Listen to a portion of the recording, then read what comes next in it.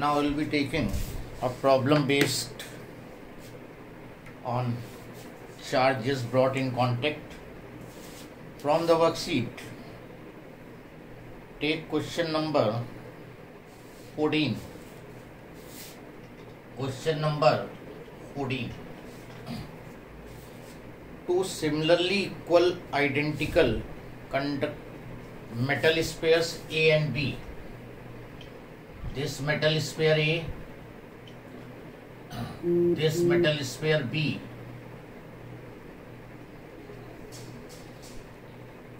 Repel each other with a force. They repel each other with a force 2 into 10 power minus 5 Newton.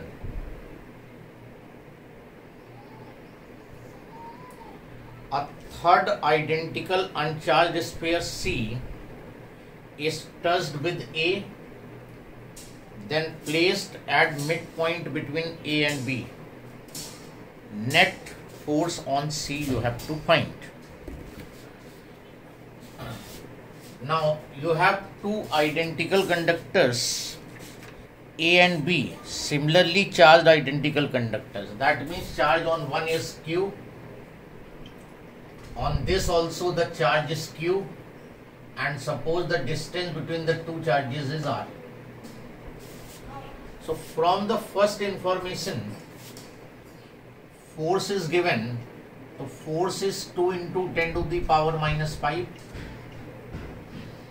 1 by 4 pi epsilon naught, Q into Q and R square. This is equation number 1.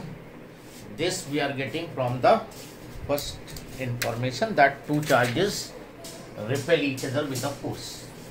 Now what is done? Third uncharged conductor C brought in contact with A. So with A,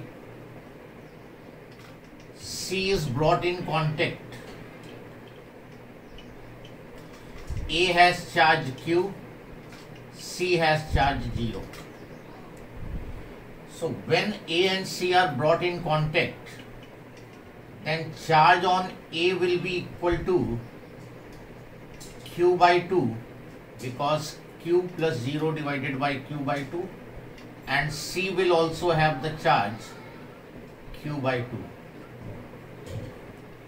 Now this is your A, this is your B, and C is brought between A and B. C is kept between A and B. This distance now R by 2. This distance R by 2. Charge on A is Q by 2. Charge on C is Q by 2. Whereas charge on B is Q.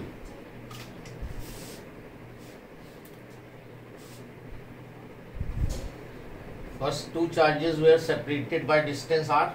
So this was the force. Then uncharged sphere, identical sphere C brought in A. Charge redistribution takes place. A will have charge Q by 2. C will have charge Q by 2. And now C is placed between A and B. Now come to superposition principle. You have to find net force on C. So concentrate on C. This A will apply the force, repulsive force. So this is the force applied by A. This B will also apply repulsive force. So B in this direction. So now two forces are acting on C. And we'll take the vector sum of these two forces. First you find FA. FA will be equal to 1 by 4 pi epsilon naught. This is force between these two. So Q by 2 into Q by 2 upon R by 2 whole square. This will be 1 by 4 pi epsilon naught q square upon r square 1 by 2 into 1 by 2 and 2 square comes in numerator. This 2 and this 2 denominator and this 2 square goes in numerator. So this will cancel out, and this value from equation 1 you have 2 into 10 power minus 5. So this force will be 2 into 10 power minus 5 Newton. So what is the force Fa? 2 into 10 power minus 5 Newton. Then Fb find. Fb, force between these two. 1 by 4 pi epsilon naught Q by 2 into Q upon R by 2 whole square. This time you will have 1 by 4 pi epsilon naught Q square over R square, 1 by 2, this 1 by 2, and this 2 square comes in numerator. This value you know, 2 into 10 power minus 5. So this will be 2 into 10 power minus 5 multiplied by 2. So this will be 4 into 10 power minus 5 Newton. So you have calculated Fa, you have calculated Fb. Now, as the two forces are acting in opposite direction, Fa right, Fb left, you have to subtract to find the net force. So net force on C, net force on C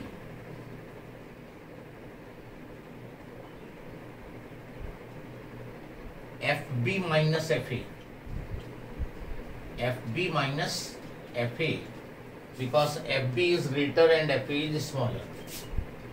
4 into 10 power minus 5 minus 2 into 10 power minus 5. This will be 2 into 10 power minus 5 Newton. And Fb is greater, so towards A. The net force will be acting towards A. See here, this was A, this was B, this was C. Fb was acting in this direction, Fa was acting in this direction. Fb is greater, so net force in this direction, that means towards A. This is the way of solving these type of problems.